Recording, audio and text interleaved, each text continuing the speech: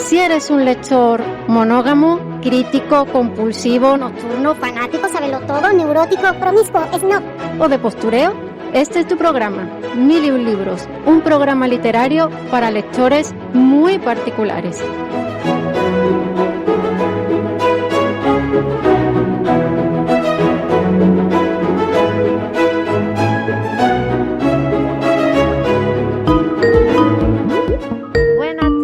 Queridos radioyentes y seguidores de 1001 Libros, ¿cómo estáis llevando el día de hoy?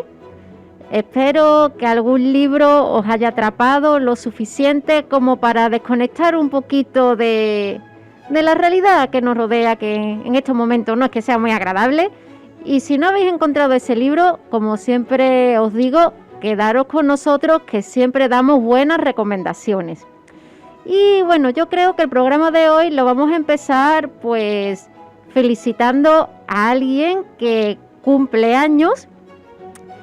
Pero bueno, sí, no lo podemos felicitar personalmente porque pasó a mejor vida hace ya muchos años. Y estoy hablando de alguien bastante conocido, un escritor que en cuanto lo nombre, seguro que conocéis algún libro y las multitudes de adaptaciones cinematográficas que se han hecho de ellos. Estoy hablando de Julio Verne. ¿A quién no le suena Julio Verne? Pues tal día como hoy, pero en 1828, nacía en Nantes y es considerado el padre de la ciencia ficción, aunque a él le gustaba más considerarse como un escritor científico. Así que yo creo que estaría bien que el día de hoy lo felicitemos de la mejor manera. ¿Y cuál es esa manera? Pues hablando un poquito de él y de sus pequeñas curiosidades, o sea, lo menos conocido de él. Por ejemplo, ¿sabíais que Julio Verne es el segundo autor más traducido de todos los tiempos después de Agatha Christie? O por ejemplo, que a los 11 años él, que estaba enamorado de su prima, le quería regalar un collar de perlas. Y dijo, bueno, ¿y cómo le compro este collar de perlas a mi prima Caroline? Pues nada, me registro como grumete en un barco que vaya a la India. Y se fugó de su casa para alistarse. Menos mal que el padre lo encontró y no pudo llevar esta misión a cabo. Imaginaros con 11 años yendo a las Indias para comprar un collar. Por ejemplo, otro dato, y extendía impulsivamente los datos científicos y geográficos de sus novelas para ser lo más acertado posible. También es uno de los escritores con más libros publicados. Durante 40 años escribió por lo menos un libro al año, alcanzando la suma de 80 obras entre libros y artículos. También podemos decir que este autor fue atacado por su sobrino Gastón mientras regresaba a su casa. El joven le disparó 2 veces, alcanzándolo en una pierna, lo que le dejó una cojera de por vida. El sobrino, por su parte, pasó el resto de sus años en un manicomio. Otro dato de interés es que, y este es bastante curioso, la verdad es que me lo imagino y me arranca una sonrisa.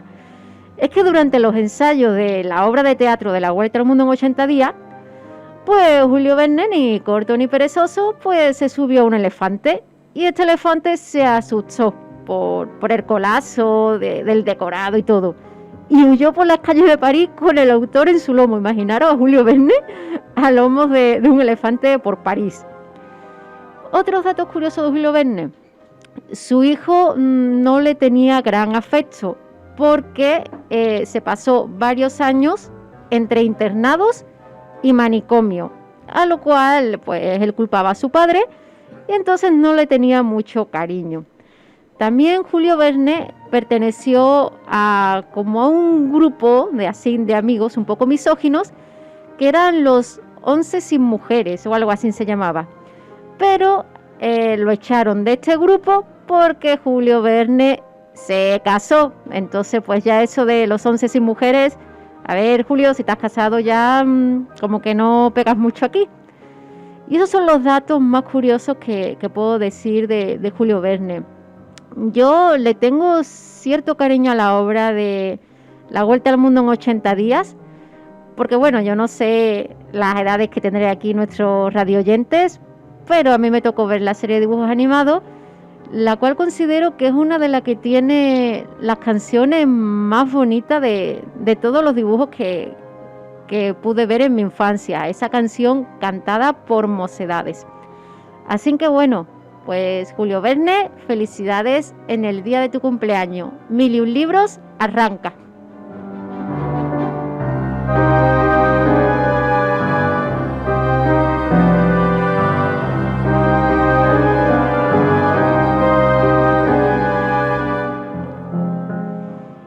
Y bueno, después de esta felicitación, tenemos una entrevista de sesión.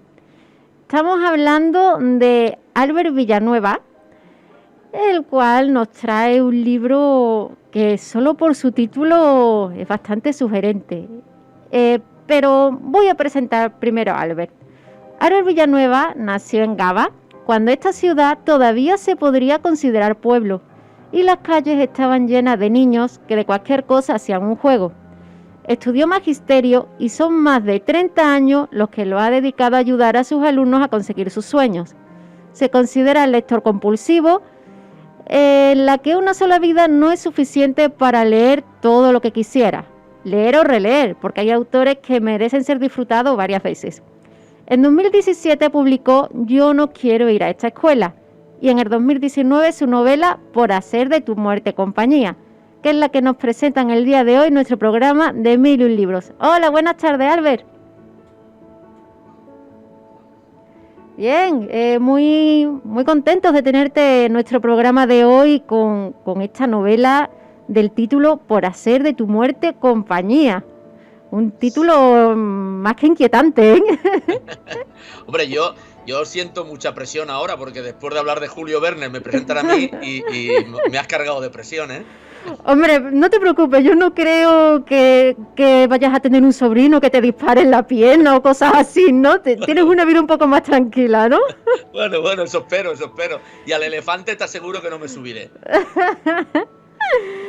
Bueno, no sé si comenzar yo presentando tu libro. Vamos a hacer una cosa, yo doy una pinceladita y tú sigues, porque yo creo que como un autor habla de su libro, no hay nadie que lo pueda igualar. Entonces doy la pincelada, ¿vale, Albert? Perfecto. Bueno, pues empezamos con que la protagonista, Julia Rovira, vuelve a acabar 20 años después y comienza a trabajar en el centro de historia de su ciudad. Siempre ha echado de menos a ese abuelo que no conoció y cuya imagen conformó según los recuerdos familiares. Pero un día en su trabajo descubre una foto de su abuelo junto a Francesc Macià. Así que una protagonista, Julia, que se reencuentra con la figura de su abuelo, llevándose más de una sorpresa, ¿no? Y así es como inicia la trama. Sí, la verdad es que Julia vuelve a Gabá, vuelve a la que había sido su ciudad 20 años después y vuelve un poco a intentar recuperar su vida, porque vuelve con una mochila cargada de piedras y de fracasos y digamos que intenta jugar la última carta volviendo a su pueblo, que ya no es un pueblo, que ya es una ciudad, a unas calles que ya no son sus calles, pero esa vuelta a lo que fue su pasado pues le hará reencontrarse con ese abuelo al que no conoció y descubrir un abuelo muy diferente al que le pintaron.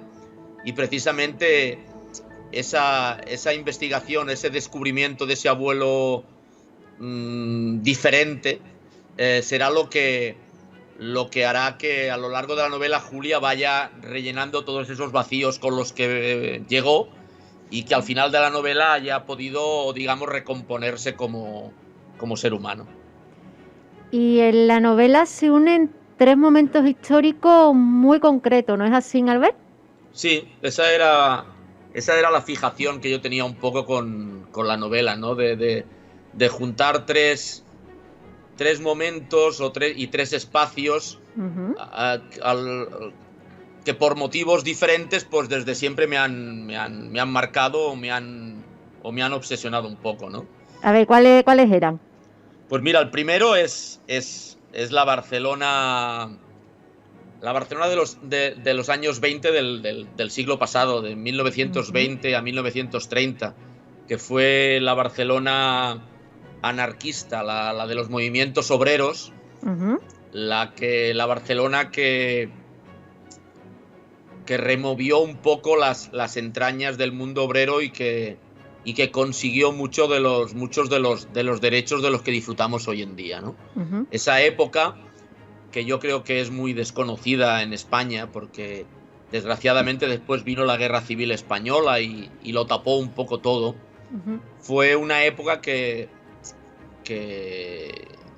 yo creo que hay que reivindicar, que se consiguieron muchísimas cosas, que los jóvenes, porque eran chavales, aquellos anarquistas que luchaban por sus derechos, lo pagaron de manera muy dura, con sangre, con prisión, porque se realizó una represión durísima contra ellos.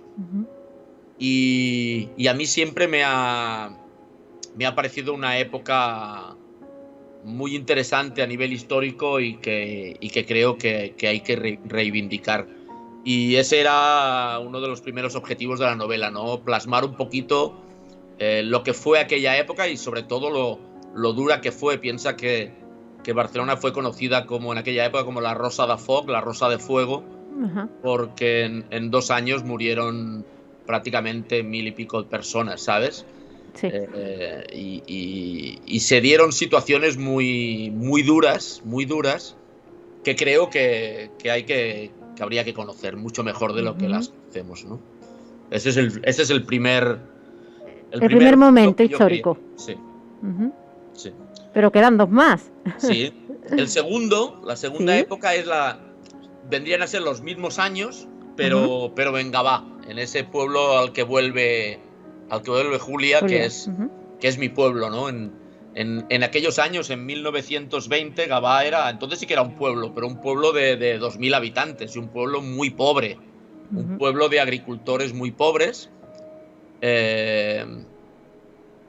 pero que en aquella época se instala en Gavà un ricachón de Barcelona, un potentado empresario barcelonés, que se hace como siempre hacen los ricos, ¿no? Salen de la ciudad para hacerse la casa de campo, la casa de veraneo, la casa del fin de semana, ¿no? Sí.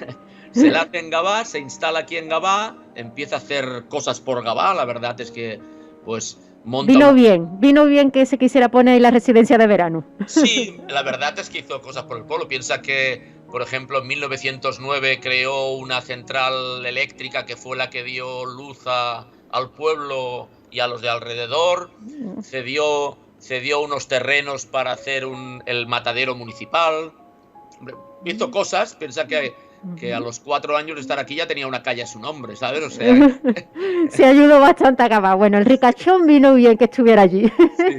Esta persona que realmente tiene luces y sombras, que tiene claroscuros, que tiene una historia oscura y sucia detrás, que aparece también en la novela.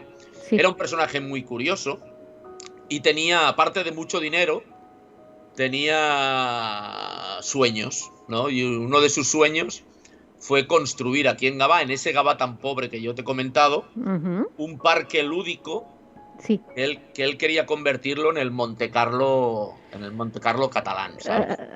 Y entonces la verdad es que lo llevó a cabo, porque montó un parque de 35.000 metros cuadrados, con un lago que era, digamos, el centro del parque. Por eso se llamó, como se llamaba mucho lo americano en aquella época, el nombre que le puso fue American Lake.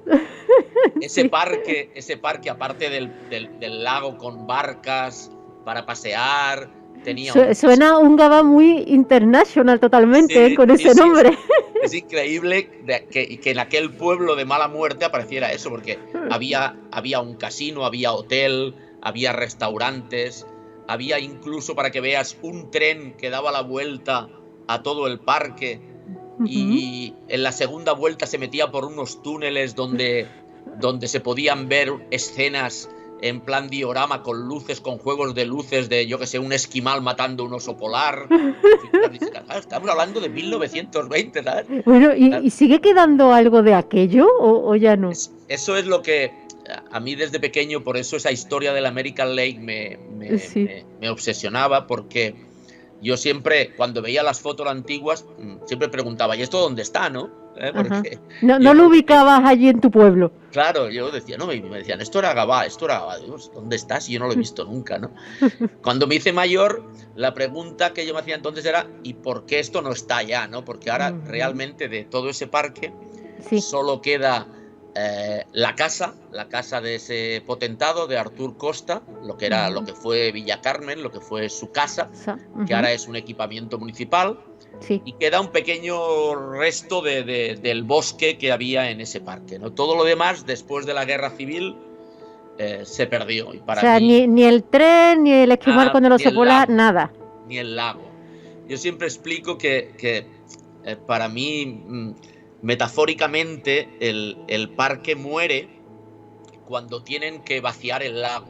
El lago lo vacían durante la guerra civil, porque aquí en Gavà hay una fábrica, que es la fábrica Roca Radiadores, que es una fábrica muy importante, la de los sanitarios Roca. Roca, sí. También hacía los radiadores. Esa fábrica está desde 1917 aquí en Gavà. Cuando la guerra civil se reconvirtió en fábrica armamentística, claro, como todas las fábricas, ¿sabes?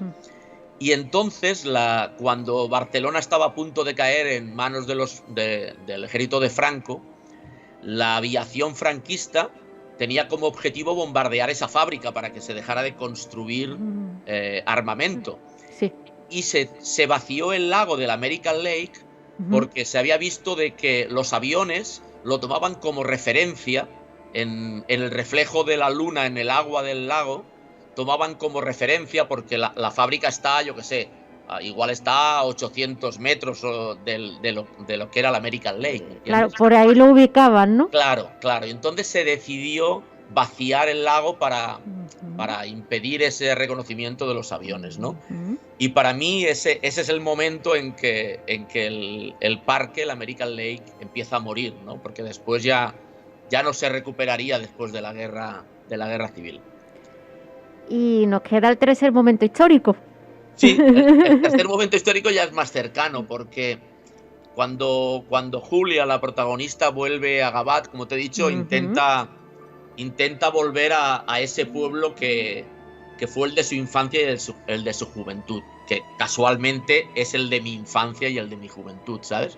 Y entonces ella, en esa búsqueda de su pasado y de rellenar esos agujeros con los que viene, pues le asaltan muchos recuerdos de aquel Gavà de los años 60, el Gavà de mi infancia, de mi juventud, que era muy diferente al de ahora, claro, que era un Gavà mucho más pequeño. Yo además nací en un barrio de las afueras que tenía calles sin asfaltar, que no pasaban coches, que los niños jugábamos todo el día en la calle.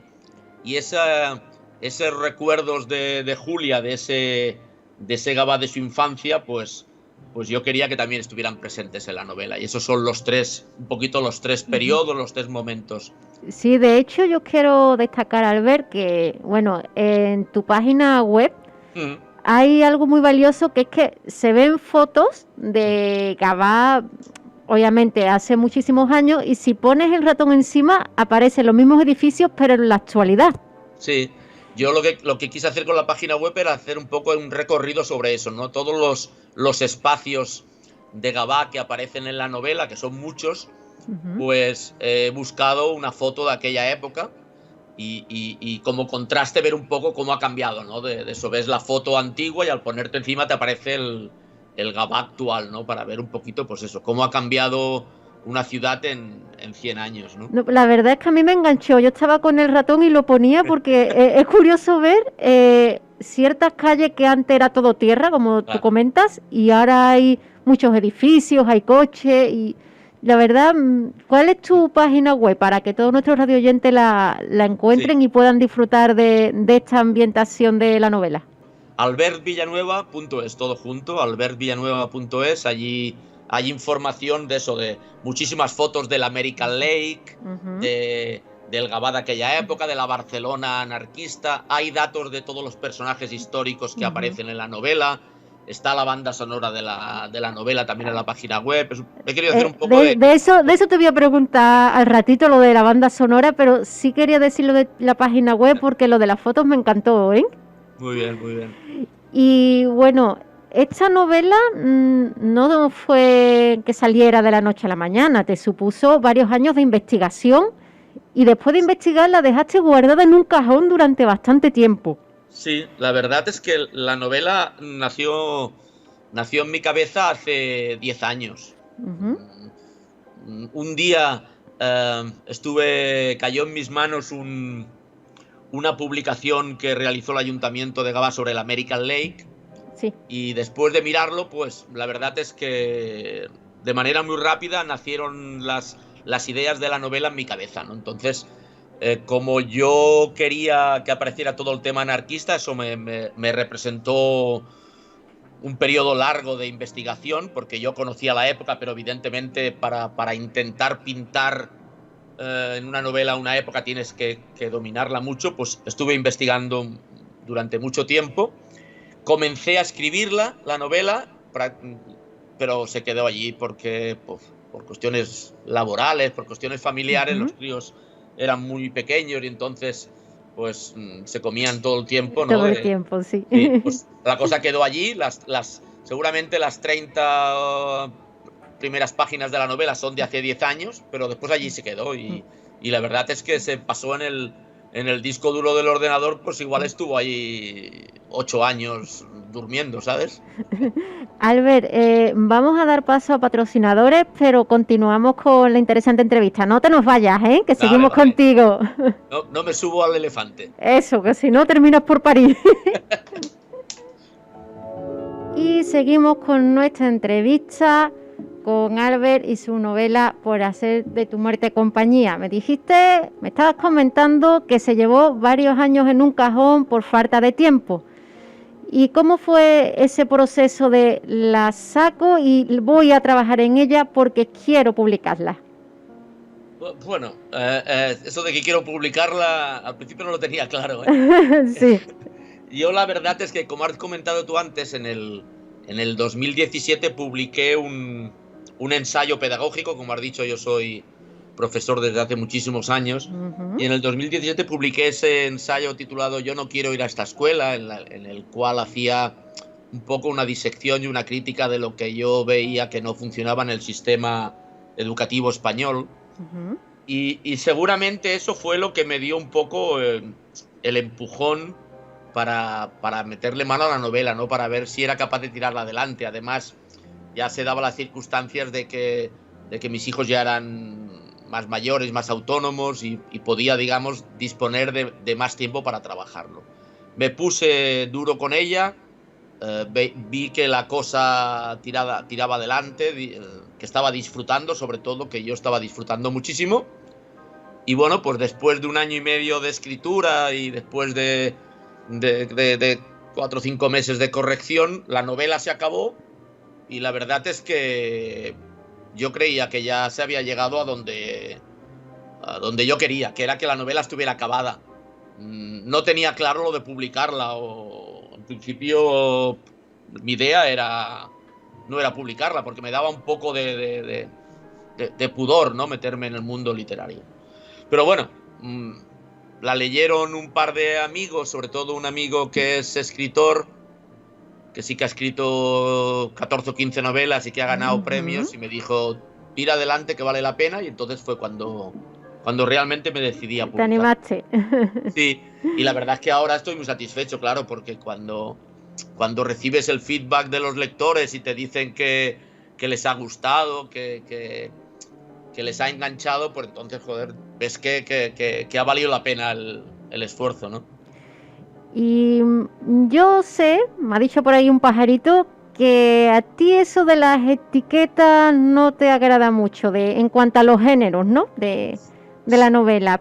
Pero hay que ubicar un poquito a los radioyentes. Entonces, ¿tu novela cómo la catalogarías? Dentro de que no te gustan las etiquetas. No, está claro que dentro de los cánones que marcan hoy en día estamos hablando de una novela histórica, claro.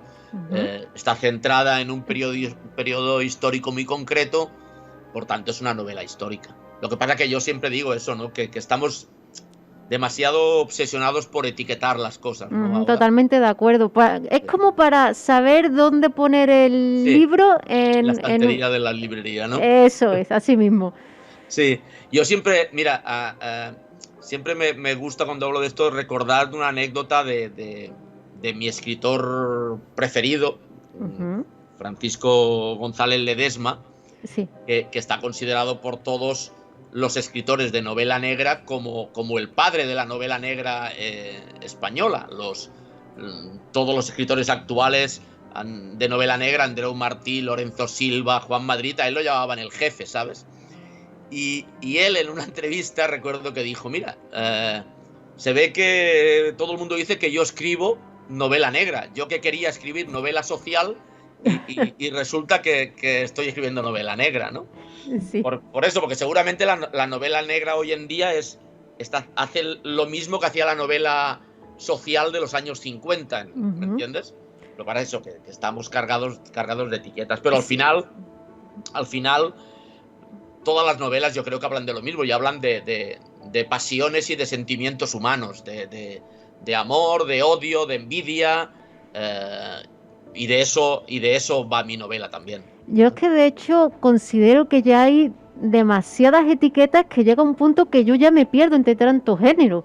Que si thriller, novela negra, hay tantos nombres que digo, bueno, yo ya me pierdo. Sí, tal vez sea una derivación, ¿no?, de lo que nos viene del mundo de Internet, ¿no? Claro, con el nacimiento de Internet estamos acostumbrados a poner tags, a poner etiquetas a todo, ¿no? Para clasificar todo, y a una cosa le ponemos 4 o 5 etiquetas diferentes, ¿no? Y tal vez ese mundo virtual de Internet se ha implantado en la vida real a la hora de etiquetar absolutamente todo, ¿no? Sí, estoy muy de acuerdo, pero también es lo que comentamos, el tema de las librerías, ¿no? Cogen un libro y dicen, bueno, ¿en qué estantería lo ponemos? Entonces, bueno, como que a ellos sí se les facilita un poco el tema del género, pero que yo creo que dentro de un mismo libro puede haber muchos géneros. Perfectamente. Sí, totalmente de acuerdo. Y es eso, que es que al final la historia, a ver, si cogemos una novela histórica, ¿vale?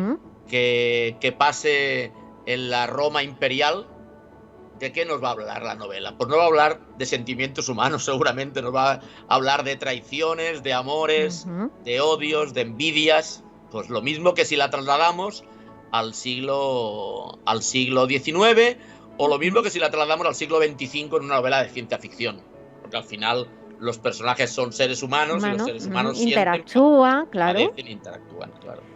Bueno, ahora sí vamos a ir a lo de la banda sonora, que es una parte que a mí me interesó mucho y la verdad lo consideré bastante original en tu novela.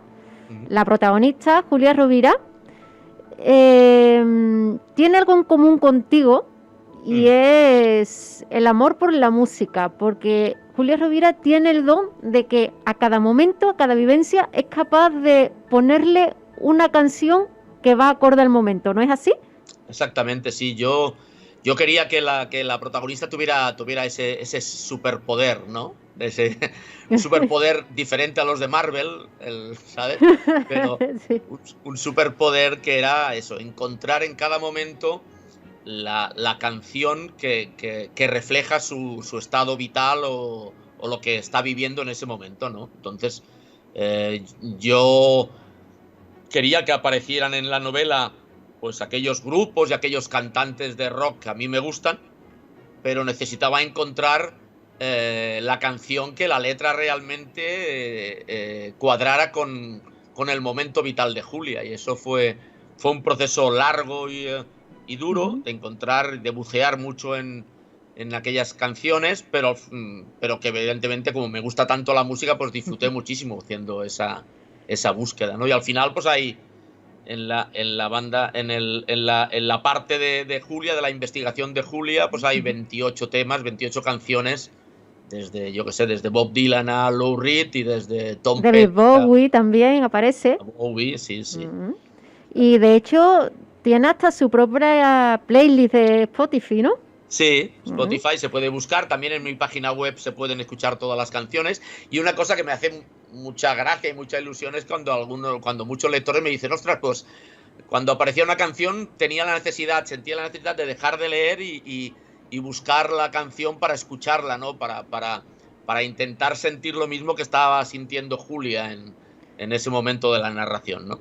La verdad es que se me hizo muy original, ¿eh? Porque como que te mueves entre el libro, la música y si de por sí las descripciones son buenas para saber cómo se siente Julia, si además la acompañas con una canción en específico, la ambientación ya es total. Claro, es que yo creo que a los que nos gusta la música, pues eso, nuestra vida tiene una banda sonora y seguramente somos capaces de recordar determinados momentos de nuestra vida por unas músicas determinadas, ¿sabes? O ligamos un acontecimiento de nuestra vida a una canción o a un disco en concreto, ¿no? A los que nos gusta la música, a los que somos de aquella época, a los que realmente escuchábamos música, ¿vale?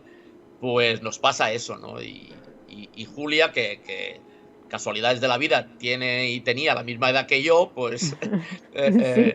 pues le pasa eso, que es lo que me pasa a mí. Sí. Bueno, ¿y cuál es la canción que te define en este momento? Vamos a jugar un poco con las habilidades de Julia Rovira, que en el fondo es un poco Albert. A ver, a mí ya te digo que la música de los 70 es mi preferida, pero claro, entre toda la música de los 70 yo tengo un grupo que es el mío, que es Jethro Tull. Jethro Tull es un grupo que nació en el 68, característico por la flauta travesera de Ian Anderson, y es el grupo que yo descubrí cuando tenía 14 años y el que me hizo pasar de niño a adulto.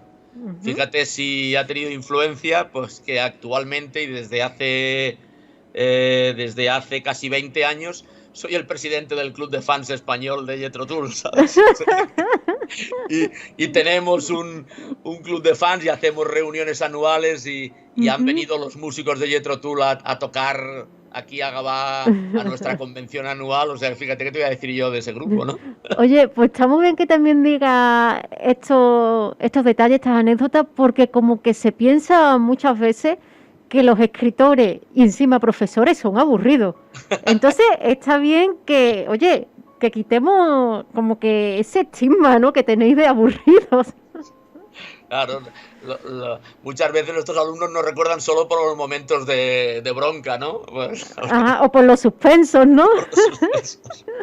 No, la verdad es que yo tengo muchísimos exalumnos con los que tengo una relación magnífica, sobre todo, claro, los alumnos de mi primera época de profesor. Solo te digo, claro, yo empecé a hacer de profesor con 22 años. Ay, bien jovencito. Y claro, y daba clase a alumnos de octavo que tenían 14, o sea, nos llevábamos 8 años. O sea, esos 8 años entonces eran pocos, pero es que ahora no son nada, claro, porque yo ahora ya tengo 58 y muchos de aquellos alumnos tienen ya 50 años, con lo cual pues me siguen llamando para ir a cenar por ahí y para sí, hacer porque cosas. es poca la diferencia. Y oye, si te hacías respetar o te veían jovencito y te decían, este profesor. No, yo creo que en una clase el respeto no se consigue por la edad o no se consigue por lo serio que eres, sino se consigue por el feeling que estableces con los alumnos, ¿no? Y entonces, yo recuerdo, fíjate que en aquella época, claro, te estoy hablando de hace 36 años. Sí. Estaba en un colegio donde estuve 11 años y en aquel colegio a todos los profesores los llamaban Don. Don Antonio, Don no sé qué, Don no sé cuántos. Y a mí, claro, yo con 22 años, cuando venía un niño y me decía Don Alberto, yo le decía, ¿de qué va esto? Entonces me llamaban Alberto, me llamaban por mi nombre. Y recuerdo que un día en una de las fiestas de la escuela un padre me lo dijo, o una madre me dijo, oye, ¿y no te parece mal que no te llamen Don? Digo, es que si Don no me lo llaman ni en la panadería aún, pues no lo llaman mis alumnos. Yo estoy muy de acuerdo con eso. En un trabajo que yo tuve también con niñas, pues sí se utilizaba mucho el señorita y todo eso, y a mí me llamaban directamente por mi nombre y me comentaban, ¿no se te hace una falta de respeto? Y yo decía, no, el respeto es otra cosa, no el que me llamen señorita o me hablen de usted, el respeto va mucho más allá. Sí. Entonces estoy completamente de acuerdo contigo. Bueno, ahora te voy a hacer una pregunta, porque a mí me gusta, como te he dicho, romper un poco ese estereotipo de escritores aburridos. Entonces siempre meto una pregunta un poquito canalla. A ver. A ver, yo creo que esto del confinamiento ha animado a muchas personas a escribir. Y sacando un poquito el lado más cómico del asunto, yo creo que vamos a tener un boom de publicaciones de libros, pero de dos tipos. O bien de autoayuda para conseguir el estado zen, pero también los libros de voy a sacar todo mi estrés asesinando a diestro y siniestro, mientras suena de fondo la canción Estoy atacada de martirio. Mientras no suene el Resistiré, ya vamos bien. ¿Tú de qué partes estarías? ¿De voy a publicar un libro de autoayuda estilo zen o de un asesino serial que mata a todo el mundo? ¿Cómo sacarías el estrés? Yo cuando nos confinaron el día 13 de marzo, que ahora ya era un año, yo pensé que tendría que tirar por el segundo título, ese del asesinato, porque yo dije, claro, mis hijos, yo tengo 3 hijos y 2 siguen viviendo en casa y tienen 16 y 14 años. Y yo pensé, confinado aquí con 2 adolescentes, vamos a ver cómo acaba esto, si hay parricidio o hay infanticidio, ¿sabes? Pero la verdad es que después nos sorprendieron gratamente y yo que creo que los críos han sido los que más han sufrido en esta pandemia, creo que al final nos han dado a todos, a padres y a profesores, una lección, ¿no? de lo que es aclimatarse a unos momentos muy duros y que para ellos aún son mucho más duros, porque nosotros tenemos mecanismos de defensa delante de todas esas cosas, pero los críos les han roto todo, les han roto el deporte extraescolar, les han roto las amistades, el salir. Claro, mi hijo con 16 años que no pueda salir por ahí ni con los amigos ni nada de eso, pues... Con lo importante que es socializar en esa edad, porque en esa edad lo más importante son tus amigos y la pandilla. Claro, por eso te digo que para ellos ha sido muy duro, y por eso yo pensaba que el libro que podría escribir sería ese de cómo matar a un adolescente con mascarilla. Oye, me gusta ese título, ¿eh? Yo me pondría a escribirlo.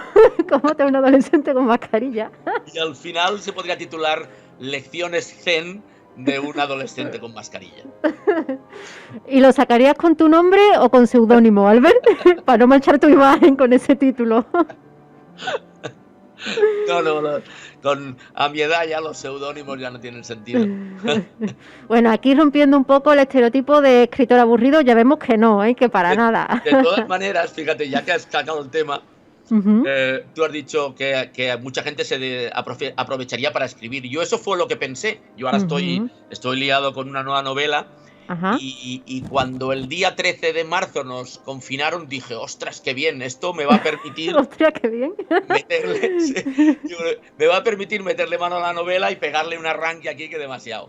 Y yo, que soy muy bocas, se me ocurrió, había gente que salía al balcón a aplaudir, pero a mí se me ocurrió decir, pues mira, voy a hacer un programa de radio musical todas las tardes mientras haya confinamiento. Claro, soy muy bocas porque el confinamiento duró mucho. Sí. Y acabé haciendo 69 programas diarios seguidos de 2 horas que se me comieron. Bueno, claro, porque no eran las 2 horas por la tarde de emisión, eran las 4 horas de preparación por la mañana, ¿sabes? ¿Y te dio al final tiempo de escribir o eso te quitó todo el tiempo? Escribí muy poco durante el confinamiento, porque claro, tenía que hacer las clases online, las reuniones con el cole, la preparación del programa de radio. Fue una locura, me compliqué la vida de una manera que pasa por bocas, porque yo dije, no, mientras haya confinamiento habrá programa.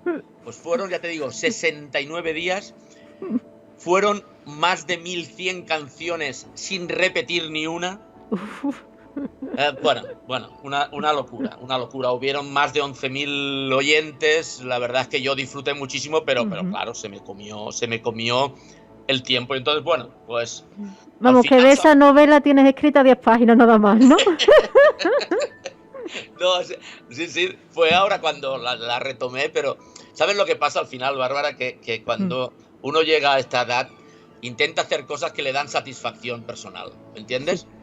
Y bueno, pues en aquel momento ese programa de radio me dio a mí mucha satisfacción y vi que también le daba mucha satisfacción a la gente que me oía, ¿no? Porque cada vez me oía más gente, cada vez la gente interactuaba más a través del chat que había en la emisora, y se creó una comunidad allí que yo veía que, pues mira, que no te voy a decir que estaba haciendo un servicio público, ¿no? Pero que estaba ayudando a otras personas que estaban confinadas igual que yo, pues a que pasaran un buen rato. A pasar 2 horas por la tarde distraídos. Y bueno, por eso esa satisfacción no te la quita nadie, y al final es lo que buscas, como te digo. Bueno, y eres lector compulsivo, ¿no? Mucho. Pero es que hay grados, ¿eh? Entonces yo quiero saber, ¿eres compulsivo de que lees 3 libros al mismo tiempo, 3 libros por mes, 3 horas diarias de lectura? Como ves, repito mucho el número 3. Sí. ¿Qué tipo de compulsivo eres tú, Albert? Yo, por necesidad, tengo que leer cada día. Tengo que leer cada día antes de irme a dormir, y me es igual que me meta en la cama a las 12 de la noche. Me levanto a las 6 de la mañana, pero si me meto en la cama a las 12, sé que no me dormiré hasta la 1 menos cuarto, porque necesito 40-45 minutos de lectura. Sea el día que sea este sábado pasado, por ejemplo, que estuvimos cenando en casa y después estuvimos viendo una película, pues me metí en la cama a la 1, pues a la 1 tuve que leer, ¿vale? Leer varios libros a la vez, se me ha dado el caso, sobre todo cuando son, por ejemplo, combinar una novela con un libro, yo qué sé, de pedagogía, ¿me entiendes? Leer 2 novelas a la vez no me gusta, ¿vale? Prefiero meterle mucha tralla a una novela y acabarla antes de empezar la otra, pero llevar a la vez 2 novelas o 2 obras de ficción, eso no me gusta, pero combinar una obra de ficción y un libro técnico, podríamos decir, eso sí que lo hago. Y leer ¿cuánto al día? Pues, ¿hay cuántos libros al mes? Pues generalmente pueden ser entre 4 y 5 al mes, ¿vale? Menos cuando llega el verano, que entonces allí sí que me tumbo en la hamaca y que pasen las horas con el libro, ¿me entiendes? ¿Y qué te ha dado más alegría, tu perfil docente o el de escritor? Hombre, el perfil difícil, docente, ¿no? porque llevo muchísimos años, llevo 36 años. Pero está claro que mi perfil de escritor me ha dado muchísimas satisfacciones. Yo que sé, por ejemplo, sabes que aquí en Cataluña el día de Sant Jordi es posiblemente el día es precioso. Yo viví allí un tiempo y disfruté mucho ese día, es precioso. Pues vivir el día de Sant Jordi desde el otro lado no tiene precio. O sea, yo he vivido 2 Sant Jordis desde el lado del escritor, estando en una parada y recibiendo a gente que viene a que le firmes el libro y a hablar contigo. Eso no tiene precio. No tiene precio. El hacer presentaciones de tu libro y encontrarte con caras conocidas y con caras totalmente desconocidas que después te dicen, oye, me he leído tu libro y me ha gustado, pues genial, ¿no? Por ejemplo, cuando publiqué el primer libro, en una de las primeras presentaciones que hice, vino una exalumna que yo había tenido en octavo y que por tanto desde octavo no la veía, con lo cual habían pasado seguramente 30 años, y que vino desde Gerona, o sea, recorrió 120 kilómetros para venir a la presentación. Claro, eso te hace... Es muy bonito. Sentir una satisfacción que difícilmente la conseguirías de otra manera, ¿no? Pues bueno, Albert, he pasado un rato muy agradable, ¿eh? La verdad es que te lo agradezco porque, aparte de hablar de libros, también lo importante es atrapar a las personas que no son lectoras precisamente. Porque yo considero que es lo más complicado. Hay personas que dicen, leer, no tengo tiempo, no me apasiona. Y yo creo que estos momentos en los que conocemos a los autores y que además son así tan agradables y hacen pasar un ratito, pues bueno, hace que estas personas puedan llegar a decir, oye, pues me voy a leer su libro. Sí. Entonces, te lo agradezco mucho. Yo sí, dime. Agradecértelo a ti que realmente hagáis un programa así dedicado a la cultura en estos momentos tan difíciles para la cultura. Es súper de agradecer, ¿no? Porque si la pandemia ha golpeado a muchos sectores, evidentemente, pero el sector de la cultura ha quedado muy tocado por la pandemia. Y entonces, dedicar un ratillo a hablar de cultura, a hablar de libros, pues a mí me parece genial. Y es cierto lo que dices tú, que muchas veces se llega a la obra a través del autor, ¿no? Conociendo al autor y puedes interesarte por la obra. Totalmente. Entonces, pues bueno, Albert, por hacer de tu muerte compañía, tu por libro, hacer a tu muerte.